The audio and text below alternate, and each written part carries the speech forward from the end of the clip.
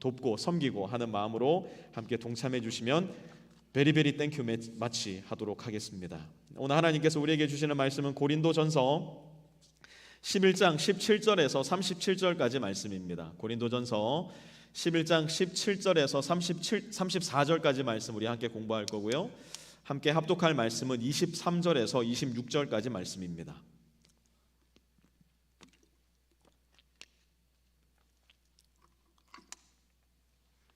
말씀 찾으신 분들 자리에 다 일어나셔서 23절에서 26절까지의 말씀 저와 여러분이 한 절씩 돌아가면서 읽도록 하겠습니다. 23절은 제가, 24절은 여러분이 함께 교독하겠습니다. 내가 여러분에게 전해준 것은 주님으로부터 전해받은 것입니다. 곧 주 예수께서 잡히시던 밤에 빵을 들어서 이것은 너희를 위하는 내 몸이다. 이것을 행하여 나를 기억하여라. 식후에 잔도 이와 같이 하시고서 말씀하셨습니다. 이 잔은 내 피로 세운 새 언약이다. 너희가 마실 때마다 이것을 행하여 나를 기억하여라. 그러므로 여러분이 이 빵을 먹고 이 잔을 마실 때마다 주님의 죽으심을 그가 오실 때까지 선포하는 것입니다. 아멘. 자리에 앉아주시고요. 이 자리에 앉아 있는 우리에게는요, 소위 말해서 문화화되고 상황화된 예의 범절이라는 게 있습니다. 이게 어떤 거냐? 내 마음은 안 그래요. 내 마음은 지금 그렇게 행동하고 싶지 않아요. 내 마음은 그렇게 말하고 있지 않아요. 그런데 겉으로는 그렇게 말하고 그렇게 행동하는 것, 이러한 예의가 사회생활을 해나가는데, 문화적인 생활을 해나가는데 분명 도움이 되고 득이 되기 때문에 내 마음은 안 그래도 겉으로는 얼마든지 나를 포장하는 일이 우리 어른들에게는 가능하다라는 이야기입니다. 하지만 아이들은 그렇지 않아요. 아이들은 겉과 속이 똑같습니다.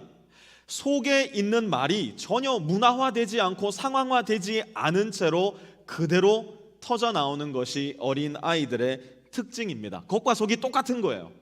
그런데 겉과 속이 착하게 똑같은 것이 아니라 겉과 속이 악하게 똑같습니다. 맛있는 음식이 있으면 내 거야 라고 이야기하면서 그 음식을 나누려고 하지 않아요. 재미있는 장난감이 있으면 내 거야 이야기하면서 친구와 나누어 놀려고 하지를 않습니다. 전혀 문화화되지 않고 상황화되지 않은 순수한 악이 아이들에게는 자리하고 있기 때문이에요. 그런데 어른들의 세계에서도 이와 똑같은 현상이 나타날 때가 있어요. 나 혼자면 다른 사람 눈치도 좀 보고 주변 분위기 살피면서 지금 내 거야 라고 이야기해도 되나? 눈치도 좀 보고 소위 말해 간도 좀 볼 텐데, 집단적으로 내 거야를 외칠 때, 어떠한 그룹이 모두가 한 목소리로 다른 그룹을 향해 It's mine 이야기하고 있을 때 그 세계는 점점 더 악마화되어 가기 시작합니다. 교회도 여기에서 자유로울 수가 없습니다. 사실은 교회가 그런 점에 있어서 가장 위험하고 가장 악해질 가능성이 있는 장소라는 것을 우리는 가슴 깊이 새기고 있어야 해요. 나 하나님 믿는 사람이야. 우리 교회 무슨 짓을 해도 하나님 지켜주셔. 이러한 주술적 믿음을 가지고 내 욕망과 내 비전을 내 가슴 속에 하나님의 말씀을 대신하여 새겨 넣기 시작할 때, 그래서 집단적으로 너를 향해 내 거야 라는 말을 외칠 때, 교회는 이 세상에 존재하는 그 어떤 그룹보다 더 추악하고 더 악마적인 모습으로 변해가는 겁니다. 오늘 보면서 고린도 교회에서 일어났던 일이 바로 그러한 일이었어요. 말도 많고 탈도 많은 고린도 교회, 1장에서부터 10장까지 줄기차게 문제를 다루어 왔던 고린도 교회에 또 무슨 일이 있었던 것일까? 17절부터 함께 시작하도록 하겠습니다. 다음에 지시하려는 일에 대해서는 나는 여러분을 칭찬할 수 없습니다. 그것은 여러분이 모여서 하는 일이 유익이 되기보다는 오히려 해가 되기 때문입니다. 아멘. 여러분, 교회에 모이는 일이 오히려 해가 될 때가 있다는 사실 혹시 여러분 알고 계셨습니까? 언제 이런 일이 일어날까요? 교회에 모이기는 모였어요. 교회에 모인 사람도 적지가 않아요. 그런데 교회에 모인 사람들이 하나님이 기뻐하시는 일을 하는 것이 아니라 내 마음에 기뻐하는 일을 하고 있을 때, 교회 모임은 오히려 나에게도, 우리 교회 공동체에도, 그리고 우리 교회가 속해 있는 그 사회에도 해가 되는 경우가 있더라는 겁니다. 도대체 뭘 얼마나 잘못했길래 고린도 교회의 모임이 오히려 해가 될 수 있다, 바울이 이야기했던 것일까? 18절 19절 이어서 한번 보시죠. 첫째로, 여러분이 교회에 모일 때에 여러분 가운데 분열이 있다라는 말에 한번 네모쳐 보세요. 여러분 가운데 분열이 있다는 말이 들리는데 그것이 어느 정도는 사실이라고 믿습니다. 하기야 여러분 가운데서 바르게 사는 사람들이 환히 드러나려면 여러분 가운데, 줄 한번 쳐볼게요, 파당도 있어야 할 것입니다. 아멘. 고린도 교회는 분열과 파당의 문제가 애초부터 대단히 고질적인 문제였습니다. 1장에서부터 터져나온 문제가 뭐였어요? 나는 바울파입니다. 나는 베드로파입니다. 나는 아볼로파입니다. 심지어 어떤 사람은 나는 그리스도파입니다. 이야기에서 너와 나 사이에 분열과 파당을 만들어 놓았어요. 뭐 하는 겁니까? 고린도 교회 안에 끼리끼리의 문화, 패거리 문화가 이미 형성되어 있었다라는 이야기입니다. 우리 빛의 교회는 어떻습니까? 혹시 우리 빛의 교회에도 끼리끼리 문화, 패거리 문화가 만들어져 있지는 않습니까? 혹시라도 내가 그 문화의 중심에 서서 내 기준으로, 내 마음대로 너를 배제하기도 하고 너를 소외시키기도 하는 일을 서슴없이 저지르고 있지는 않습니까? 여러분, 우리가 믿는 하나님이 누구십니까? 하나님은 막힌 담을 허물어 버리시는 분이에요. 하나님은 관계의 깊은 골짜기도 넉넉하게 메꾸시기를 기뻐하시는 분이에요. 여러분, 예수님의 십자가가 왜 십자 모양일까 혹시 생각해 보신 적 있으십니까? 먼저는 예수님이 하늘과 땅에 막혀있는 담을 그분의 십자가로 헐어버리셨기 때문이에요. 절대로 내 힘으로 만나 뵐 수 없었던 그 하나님과 나 사이의 관계의 벽을 하나님께서 십자가에 허무셨어요. 하지만 그것이 끝이 아니에요. 예수님이 옆으로 온 팔을 넓게 벌려 죽으셔야 했던 이유, 그것은 너와 나 사이에 깊이 메꾸어져 있는 시면의 그 뛰어넘을 수 없는 거리를 예수님의 십자가 희생으로 잡아 끌어 우리를 하나로 만들어 주시기 원하셨기 때문이에요. 그런데 만약 하나님을 믿는다는 우리가, 하나님을 예배하러 모였다는 우리가 이 교회 안에서 끼리끼리의 문화를 만들어내고 패거리 문화를 만들어낸다면 우리는 주님을 또다시 십자가에 못 박는 죄인 중에 죄인이요 괴수 중에 괴수로 발견될 뿐이라는 사실을 기억해야 돼요.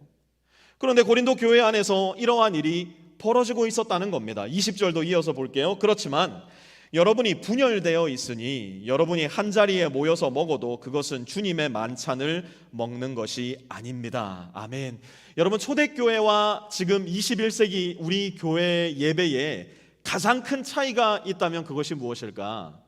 초대교회에서는 예배 중에 이게 절대로 빠져만 안 돼요. 여러분, 우리가 오늘 예배 드릴 때 우리 교회 이거 빠지면 안 돼요 라고 생각하는 게 뭐가 있으세요? 목사님 찬양도 해야 되죠, 공동기도도 해야 되죠, 소요리 문답도 공부해야 되죠, 목사님 설교도 들어야 되죠. 그리고 나서 여러분 머릿속에 떠오르는 게 뭐예요?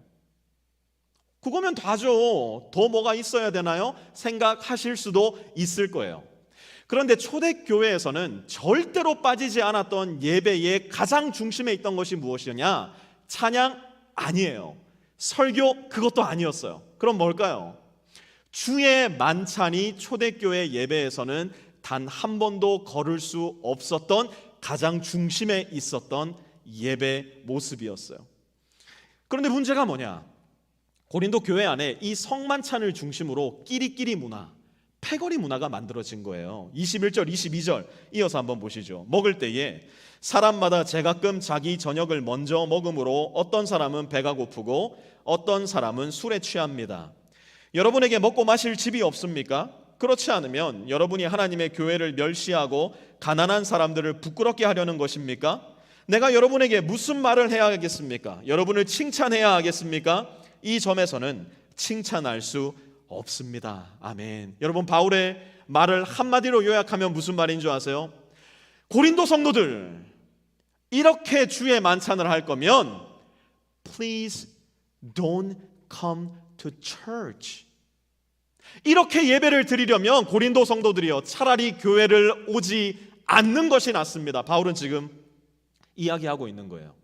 그런 교회의 모임은 오히려 해가 될 수도 있다라는 이야기를 하는 겁니다. 무슨 일이 있었던 걸까요? 부자들이 먼저 교회에 와서 준비해 놓은 음식과 준비해 놓은 포도주를 다 먹고 다 마셔버린 거예요.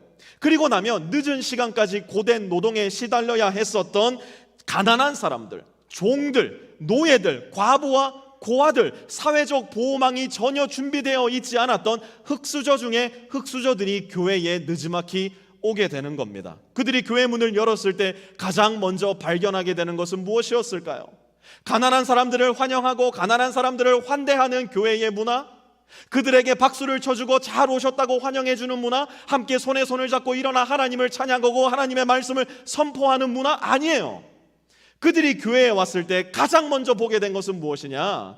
배가 불러서 앉아 있을 수도 없어 옆으로 반쯤 널브러져 있었던 부자 형제와 자매들, 목의 목마름을 해소하라고 준비해 놓은 포도주를 먹어라 부어라 다 탕진해서 제대로 몸을 가누지도 못할 만큼 취해버린 부자 형제와 자매들. 그런 모습을 보는 배고프고 줄이고 가난한 형제 자매들의 마음은 과연 어땠을까요? 과연 거기에 하나됨이 있었을까요? 과연 거기에 그리스도의 십자가가 하나 되게 하신 형제 자매의 친밀한 관계가 들어갈 자리가 있었을까요? 바울은 이렇듯 특정한 사람들을 소외되게 만들고 아프게 하는 교회의 모습을 용납할 수 없다라고 이야기합니다.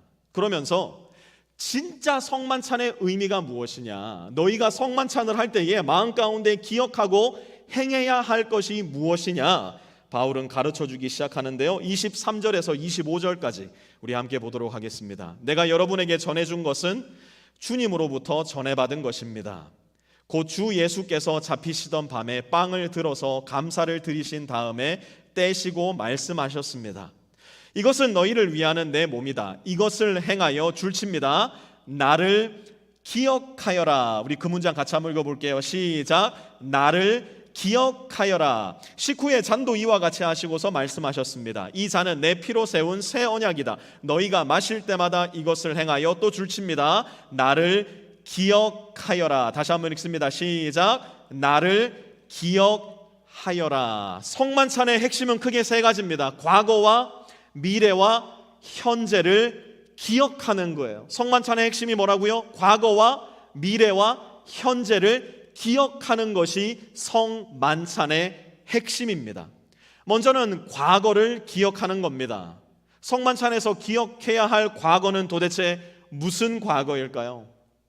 우리 주 예수 그리스도께서 나를 위해 이 세상에 오시고 십자가에 못 박혀 죽으셨을 뿐 아니라 사흘 만에 부활하여 살아나셨다는 것을 기억하는 것이 성만찬의 핵심입니다. 예수님이 왜, 도대체 무엇을 위해서 그토록 십자가에 못 박혀 죽으셔야 했던 것일까? 우리는 다시 한번 물을 수밖에 없습니다.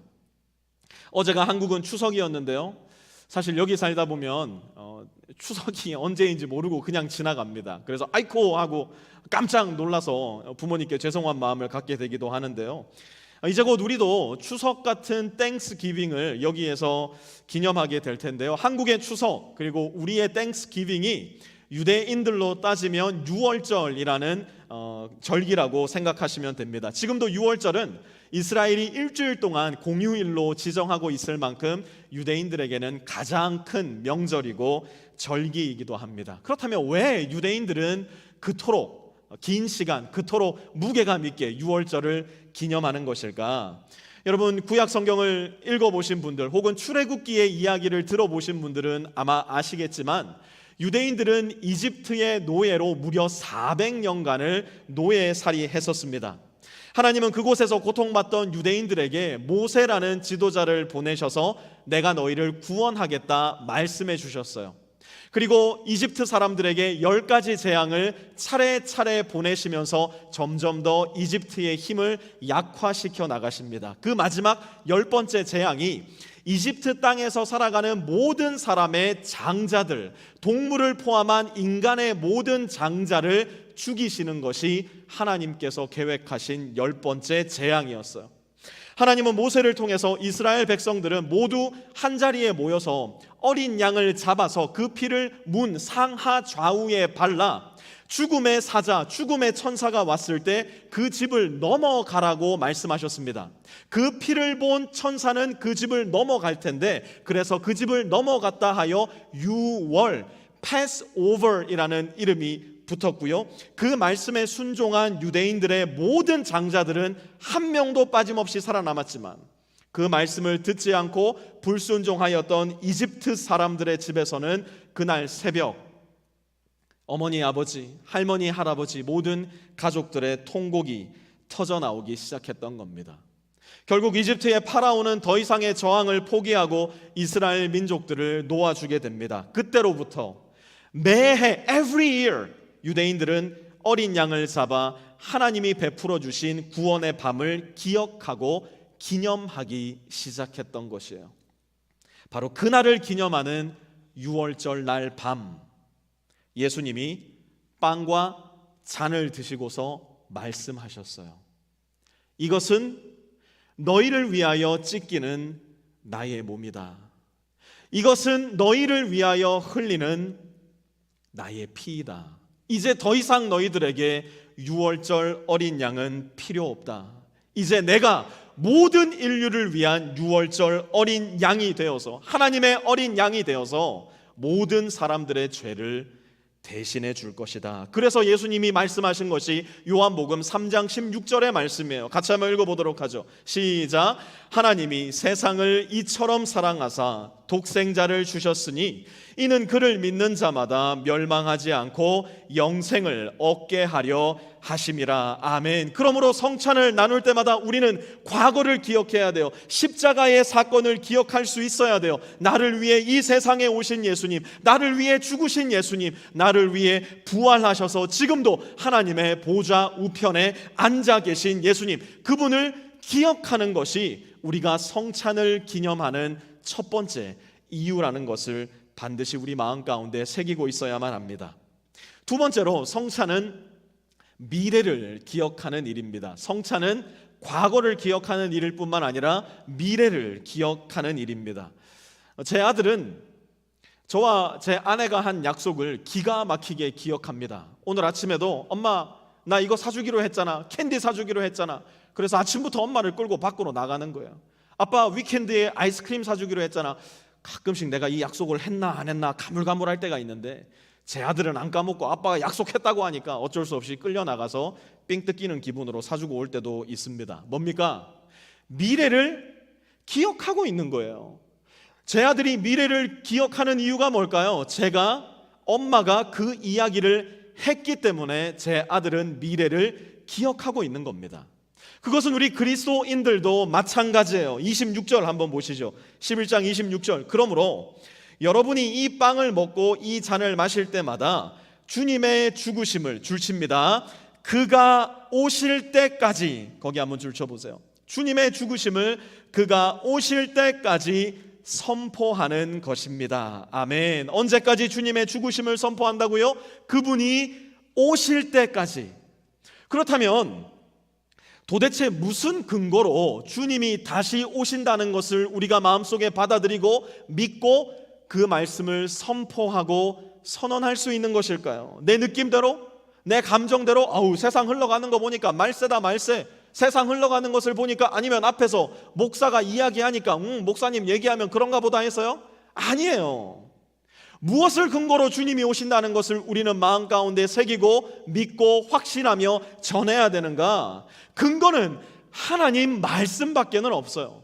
우리 주 예수 그리스도의 약속을 근거로 우리는 주님 다시 오실 때까지 주님의 죽으심을 선언하고 주님의 다시 오심을 기억하고 기대하는 것이에요. 우리 성경 구절 몇 군데 찾아보려고 하는데요, 스크린으로 보여줄 테니까요, 한번 같이 보도록 하겠습니다. 마태복음 24장 30절 함께 봅시다. 그때에 인자가 올 징조가 하늘에서 나타날 터인데 그때에는 땅에 있는 모든 민족이 가슴을 치며, 같이 읽습니다. 시작. 인자가 큰 권능과 영광에 쌓여 하늘 구름을 타고 오는 것을 보게 될 것이다. 아멘. 데살로니가전서 4장 16절에서 17절 말씀도 함께 볼게요. 주님께서 호령과 천사장의 소리와 하나님의 나팔 소리와 함께, 같이 읽습니다. 시작. 친히 하늘로부터 내려오실 것이니, 요한계시록 1장 7절도 한번 보면요, 같이 읽습니다. 시작. 보아라, 그가 구름을 타고 오신다. 성경에서는 셀 수 없는 구절에서 예수 그리스도의 다시 오심을 예언하고 있어요. 예수 그리스도의 다시 오심을 확증하고 있고요, 예수 그리스도의 다시 오심을 마치 새끼손가락 고리 걸고 꼭꼭 약속해 말씀하는 것처럼 우리에게 이야기하고 있어요. 그런데 오늘날 서구 사회와 한국에서 살아가는 우리 그리스도인들의 치명적인 위험이 무엇일까요? 우리에게는 이 땅을 살아가면서 혹은 대한민국에서 살아가는 동안 우리도 알지 못하는 사이 치명적 위험이 눈앞까지 와 있다는 것을 잘 기억하고 있어야 됩니다.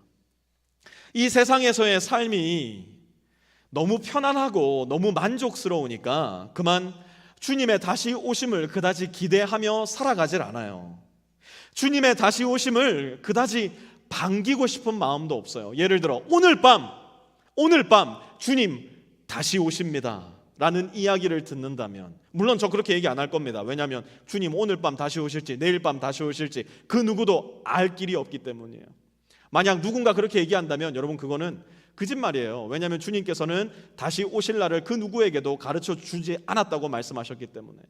만약 그럼에도 불구하고 주님 오늘 다시 오신다라는 생각이 든다면 여러분 마음의 첫 반응은 무엇이겠습니까? 주님 아직은 아닌데요. 장가도 가야 되겠고 시집도 가야 되겠고 이제 벌려놓은 비즈니스 좀 할만한데 아직은 아닌데요. 이제 다음 달이면 프로모션이 있어서 조금 더 살만해질 텐데요. 이제 조금만 더 있으면 내가 기대하고 계획했던 일들이 곧 일어나게 될 텐데요. 주님의 다시 오심을 그다지 반기지 않는 우리의 마음을 가장 먼저 정직하게 발견하게 되지 않을까 저는 생각을 해봅니다. 무엇일까요? 우리는 그만 이 삶이 우리에게 선사해준 편안함과 익숙함의 저주에 걸려버린 거예요. 그런 사람들에게 주님의 날은 피치 못하게 이렇게 다가올 겁니다. 데살로니가전서 5장 2절 3절 이렇게 말씀합니다. 주님의 날이 밤에 도둑처럼 온다는 것을 여러분은 자세히 알고 있습니다. 사람들이 평안하다 안전하다 하고 말할 그때에 아기를 뵌 여인에게 해산의 진통이 오는 것과 같이 갑자기 멸망이 그들에게 닥칠 것이니 그것을 피하지 못할 것입니다. 아멘. 누구에게 이런 일이 일어난다고요? 주님의 오심을 기다리지 않는 사람, 주님의 다시 오심을 기대하지 않는 사람, 주님이 오시겠다 약속하신 그 말씀을 기억하지 않는 사람에게 주님의 다시 오심은 도적과도 같은 당황스러운 일이 될 수밖에 없을 거라는 겁니다. 지금도 우리 성도님들 중에는 가족과 떨어져 지내는 분들이 몇몇 분 계신데요, 가족들이 한국에서 돌아올 때 그날 아침 눈을 떴다가 어머 우리 와이프 돌아오는 날이네, 어머 우리 아이 돌아오는 날이네, 막 당황하고 초조하고 큰일 났다 이러시는 분 계실까요? 제가 알기로는 그런 분 한 분도 안 계십니다. 날마다 손가락 세어가며 가족이 다시 올 날을 기다려요. 달력에 X표 쳐가면서 우리 와이프 우리 애들 언제 오노 기다리는 것이 가족과 떨어져서 지내는 사람들의 특징입니다. 마침내 그날이 왔을 때 공항에 1시간 2시간 먼저 나가가지고 아직 비행기 도착도 안 했는데 문 저 뒤쪽을 바라보면서 언제 나오나 기다리는 것이 우리 마음 아니겠습니까? 누구에게 주님의 날이 그런 날이 되느냐? 주님의 날이 그래야 할 텐데 누구에게 주님의 날이 그런 날이 되느냐? 데살로니가전서 5장 4절에서 6절도 이어서 보도록 할게요. 그러나 형제자매 여러분은 어둠 속에 있지 아니하므로 그날이 여러분의 도둑과 같이 덮치지는 않을 것입니다.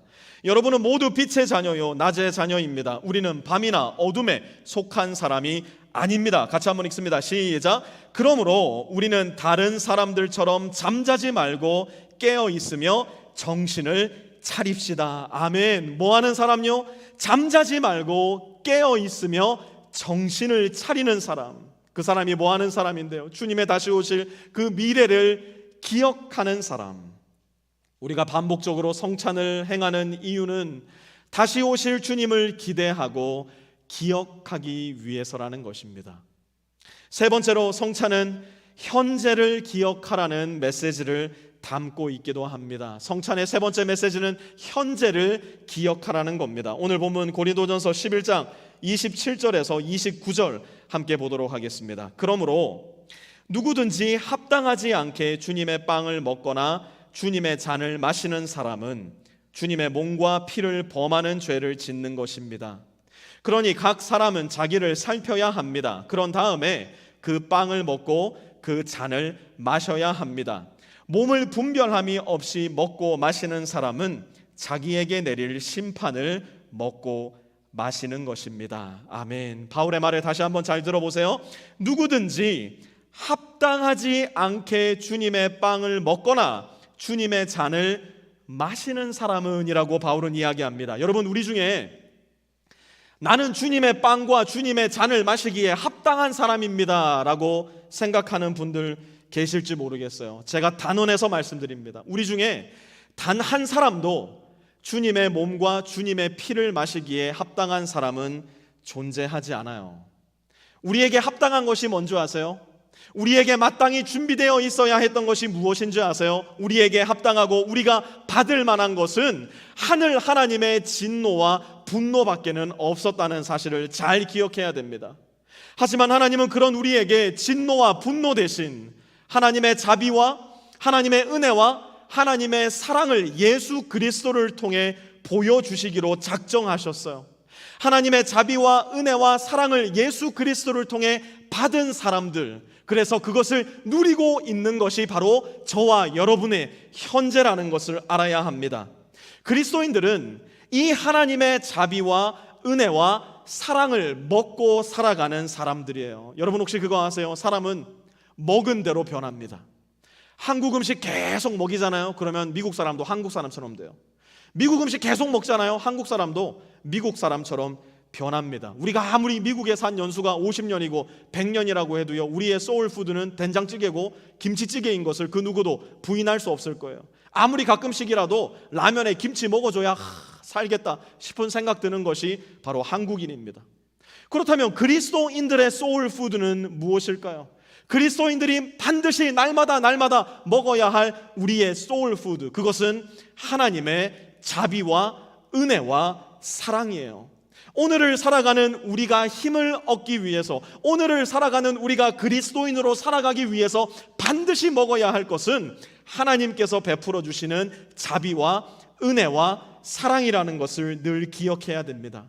그리스도인으로서 우리가 가장 자주 생각하고 가장 자주 욕망하고 가장 자주 하나님 나에게 주십시오 구해야 할 것은 그 어떤 다른 것도 아닌 하나님의 자비요 은혜요 사랑이라는 겁니다. 이것을 오늘 지금 먹어야만 살 수 있는 존재가 바로 예수님을 믿어 거듭난 우리 그리스도인들이라는 겁니다. 그러므로 33절과 34절 보십시오. 그러므로 나의 형제 자매 여러분, 여러분이 먹으려고 모일 때에는 서로 기다리십시오. 배가 고픈 사람은 집에서 먹어야 할 것입니다.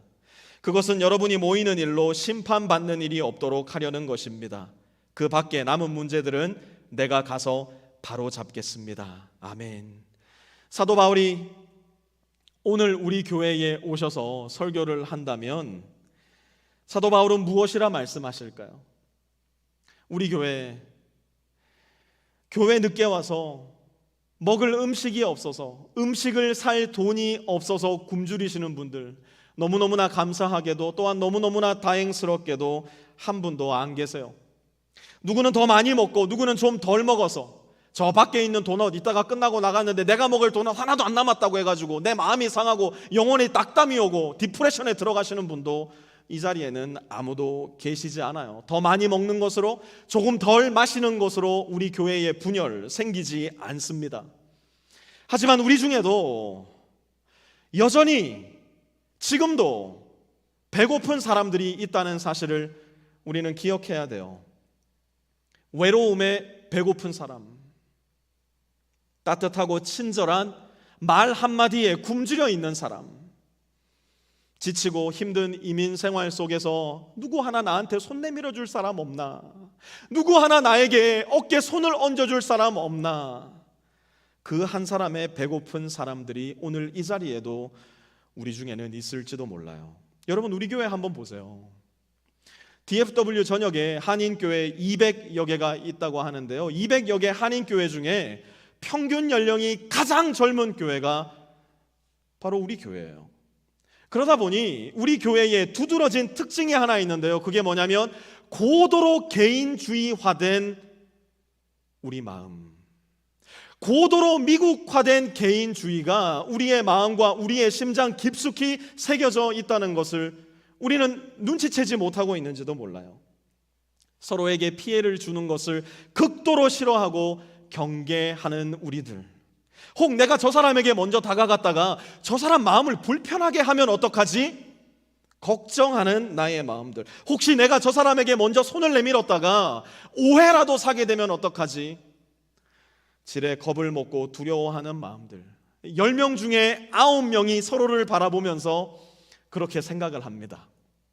모두가 서로를 그렇게 바라보며 생각하다 보니 우리도 모르는 사이에 서로를 배려한답시고 우리는 모두 고슴도치와 같은 사람들이 되어버렸는지도 몰라요. 서로가 찔리지 않을 만큼 적당한 간격을 유지하면서 적당한 간격을 늘 생각하기도 합니다. 지난 2년 동안 닥쳐왔던 코로나로 그 현상은 더 가속화되고 더 깊이 내면화되어 버렸어요. 그래서 우리는 이렇게 뜨거운 텍사스에서 살아가는데 한여름에도 오싹한 외로움을 느끼며 그 외로움의 짐을 그대로 짊어진 채 교회 안으로 들어와 나 홀로 예배를 드리고 나 홀로 기도를 드린 후 나 홀로 교회 문을 열고 집으로 돌아가 버리는지도 몰라요. 그런 점에 있어 가끔 동물들을 보면서 하나님께서 그들에게 내면화시켜 주신 기가 막힌 지혜, 기가 막힌 겸손을 좀 배워야 할 때가 있지 않나 싶은 생각이 드는데요, 극한의 추위 속에서 살아가는 북극의 펭귄들에게도 우리가 가슴 깊이 새겨야 할 교훈이 있다는 것을 발견하게 됩니다. 여러분, 아무리 펭귄이라 해도요, 북극의 펭귄들도 추위를 느낀대요. 북극에도 한파가 있다네요. 안 그래도 추운데 엄청 더 추운 한파가 온대요. 그 한파 때 이 일을 하지 않으면 펭귄도 얼어 죽는 일이 간혹 생긴다고 합니다. 북극에 한파가 찾아오면 펭귄들은 무엇을 하는가? 그들은 큰 원을 함께 그려가면서 허들링이라는 것을 한다고 하는데요, 이게 뭐냐면 펭귄들이 서로 겹겹이 몸을 포개고 그냥 도는 거예요, 계속. 그런데 이 빙글빙글 도는 사이에 무엇을 하냐? 저 밖에 외톨이로 있었던 펭귄이 추우니까 그 허들링을 하러 같이 오는 거예요. 이렇게 하고 오면 그 허들링 하는 장소에 껴주는 겁니다. 그러면 제일 바깥에 있었던 펭귄들이 허들링을 하면서 빙글빙글 도는 사이에 점점 더 그 허들링의 중심으로 들어가게 되는 거예요. 이 허들링을 하는 중심과 바깥의 온도 차이는 무려 20도 정도가 난다고 하고요, 이 허들링에 함께 참여하는 펭귄은 절대로 얼어 죽는 일이 없다고 해요. 왜요? 모두가 함께 온기를 나누고 밖에서 들어오는 펭귄이라면 네가 어떤 펭귄이든 관계없이 함께 우리 안으로 맞아들여주기 때문이에요. 모든 펭귄들이 계속해서 바깥에서 안쪽으로 서로를 받아들여주기 때문에 그 혹독한 추위에서도 펭귄들은 살아남을 수 있다고 합니다. 만약 사도 바울께서 오늘 저와 여러분에게 편지를 쓰신다면 전 이렇게 쓰지 않을까 생각해 봤어요. 빛의 성도들이여, 북극 펭귄 반이라도 좀 닮아 보십시오. 저는 사도 바울이 우리에게 그렇게 편지하지 않을까 상상해 보았어요. 서로가 서로를 배려해 주느라고, 서로가 서로에게 미움받고 거절당할까 두려워서, 서로가 서로에게 어색하고 불편해서, 솔직하게 이야기하자면 서로가 서로에게 마땅히 가져야 할 그리스도인으로서의 책임과 관심을 갖지 않음으로 인해서 이유야 어찌됐든 누군가 이 교회 안에서 영혼의 추운 겨울과 밤을 지나고 있는 사람이 있다면, 그래서 그가 겉으로 그렇게 보이진 않을지 몰라도 영혼으로, 마음으로 덜덜 홀로 떨고 있다면 우리는 서로를 안으로 깊이 받아들여주는 펭귄의 지혜를 겸손히 배워야만 할 겁니다. 더 중요하게는 내가 주님의 살과 피를 먹고 마심으로 주님의 사랑과 은혜와 자비를 받아들였다면 너도 가서 이와 같이 하라 말씀하신 주님의 그 명령에 마땅히 순종하는 사람이 되어야 할 겁니다. 그래서 오늘은 성찬을 받기 전에 우리 모두 펭귄이 좀 되어보려고 합니다. 제가 지난주부터 자꾸 이상한 거 시켜서 불편하시죠? 근데 이제 우리 교회가 뭔가 좀 달라져야 되겠다라는 생각이 들었어요. 좀 불편해도 할 거는 해야 되겠다 싶은 생각이 들었습니다. 여러분 성찬컵을 드시고 다 자리에 일어나 보시겠습니까? 다 성찬컵을 드시고 자리에 일어나시고요. 혹시 성찬컵 못 받으신 분들은 밖에 준비되어 있는 성찬컵 밖에 나가셔서 하나씩 픽업해 오시면 되고요. 바깥쪽 우리 전도사님이 손만 드시면 채워드릴게요. 손 드시면 채워드리면 되고요. 성찬에 참여할 수 있는 분들은 예수님을 믿어 거듭남의 확신이 있는 분들이면 누구나 참여할 수 있으십니다. 그리고 오늘은 아직 따시면 안 됩니다. 성찬에 참여하기 전에 우리 펭귄을 좀 따라해 본다고 했죠. 펭귄이 허들링을 하면서 서로의 추위를 서로의 온기로 덜어간다고 했는데요. 우리도 한번 교회 안에서 허들링을 해보려고 합니다. 가끔은요 좀 실리한 말을 하는 게 이런 일에 있어서는 도움이 될 때가 있었던 것 같아요. 지금부터 여기 안에 계신 분들은 그리고 밖에 계신 우리 엄마들 아빠들도 다 들어오시면 좋겠어요. 애기들 다 끌어안고 들어오세요. 그냥 괜찮아요. 전혀 예배 방해되지 않습니다. 다 들어오셔서 함께 허들링을 좀 해봤으면 좋겠는데요. 지금부터 최소한 5명의 형제와 자매들을 만나셔야 됩니다. 5명의 펭귄과도 같은 귀엽고 아름답고 예쁜 형제와 자매들을 만나셔야 되는데요. 5분의 사람들을 만나면서 이렇게 한번 이야기해 보는 겁니다. 한번 보시죠. 예시를 드려드리겠습니다. 형제 1, 자매 1이 먼저 말하는 사람이 얘기하는 겁니다. 이렇게 얘기하는 거예요. 시작. 내가 형제님의 펭귄이 되어도 될까요? 그러면 그 이야기를 들은 형제 2 혹은 자매 2가 이렇게 얘기합니다. 시작. 네, 감사합니다. 저도 형제님의 펭귄이 되어도 될까요? 그러면 형제 자매 1이 다시 이렇게 답합니다. 시작. 네, 감사합니다. 그런 다음에요. 이게 제일 중요합니다. 주님의 잔, 주님의 살이 있는 성찬잔을 이렇게 드세요. 여러분들 왜 그 술 마실 때 하잖아요. 이렇게 들고 위하여 막 다 하잖아요. 들어보세요. 들고 이 잔을 통해서 그리고 이 예수님의 몸을 상징하는 과자를 통해서 상대방을 보는 거예요. 그리고 우리 주님 말씀하신 대로 이렇게 얘기하는 겁니다. 우리 같이 한번 저거 읽을게요. 이야기하면서 시작. 주님이 우리를 위해 죽으셨습니다. 우리도 서로를 위해 그렇게 해야 합니다.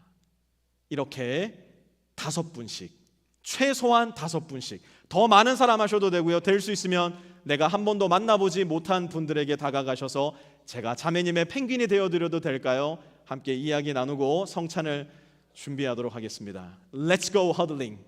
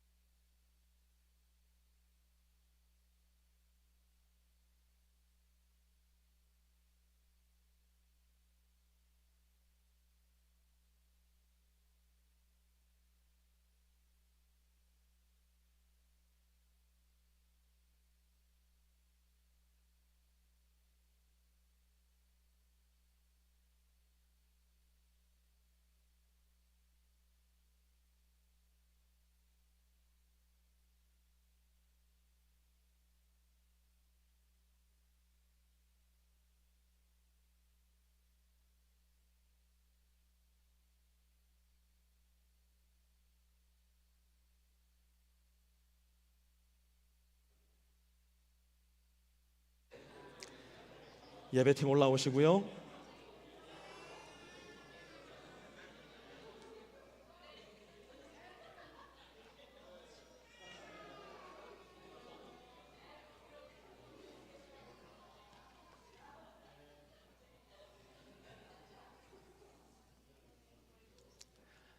이제 함께 주님께서 가르쳐 주신 성찬의 예식을 치르려고 합니다. 먼저 위에 있는 껍질을 까셔서 주님의 몸을 상징하는 과자를 준비해 주시고요.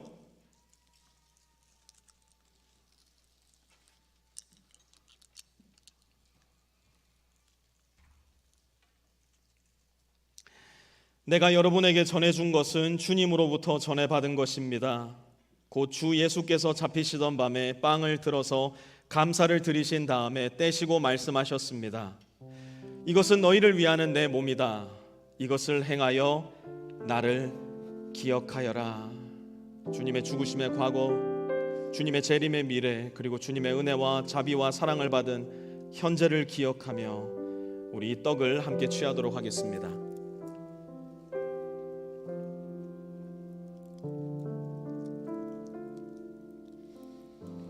식후에 잔도 이와 같이 하시고서 말씀하셨습니다.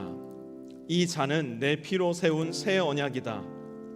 너희가 마실 때마다 이것을 행하여 나를 기억하여라. 주님이 우리를 위해 죽으셨습니다. 우리도 서로를 위해 그렇게 해야 합니다. 나도 당신을 위해 그렇게 하겠습니다. 우리 옆에 있는 형제와 자매들을 생각하시면서 주님의 말씀에 함께 순종하도록 하겠습니다.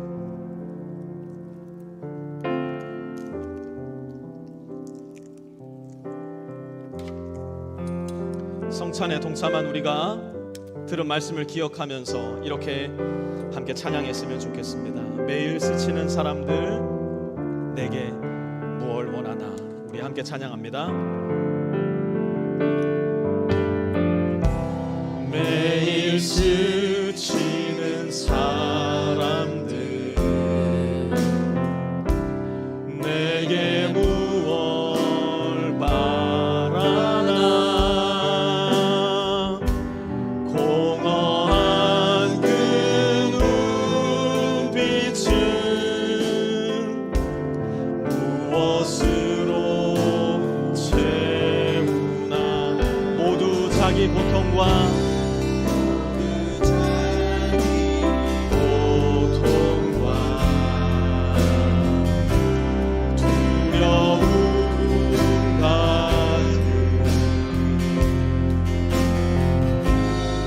감춰진 울음소리 주님 들으시네. 그들은 모두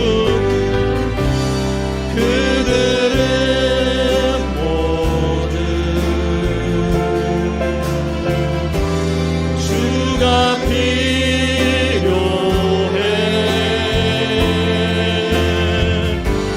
깨지고 상한 마음 주가 여시네. 그들은 모두 주가 필요해.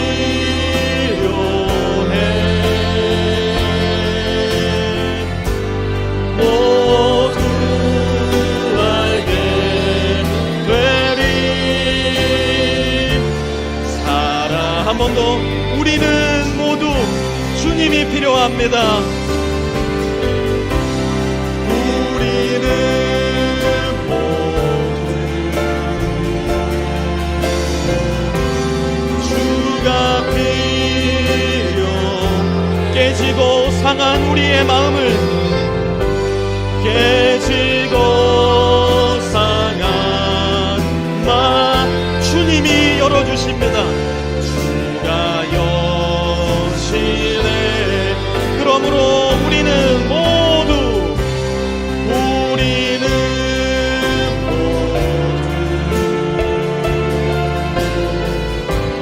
주가 필요해.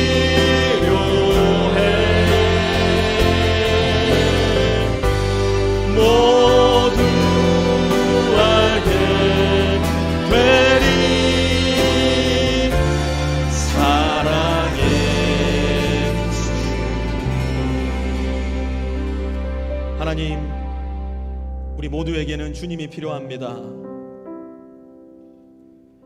그 이야기는 주님께서 하나되라 명하신 우리 모두에게는 서로가 필요하다는 말입니다.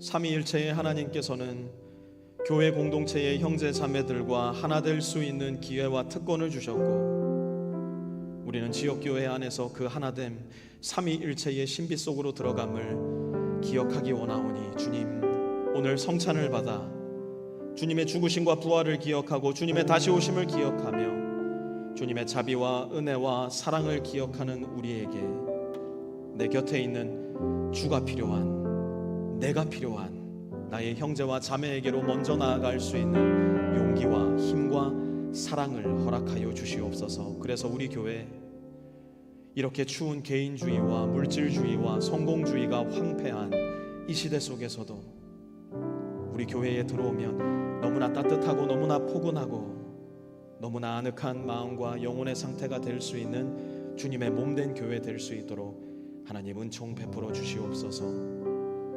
이제는 우리 주 예수 그리스도의 은혜와 하나님 아버지의 무한하신 사랑하심과 성령의 내주교통하심이 오늘 이 자리에 머리 숙여 하나님께 예배드리며 주님의 죽으심과 부활, 주님의 다시 오심과 하나님 아버지의 자비와 은혜와 사랑을 기억하여 그 사랑과 은혜와 자비를 나의 이웃들에게로 나누기로 작정하며 주님의 몸과 피를 받은 우리 모든 빛의 교회 교우들 머리머리 위에와 그들의 가정 위에, 직장 위에, 사업 위에, 학업 위에, 모든 관계들 위에도 이제로부터 영원까지 함께하옵시기를 간절히 축원하옵나이다. 아멘.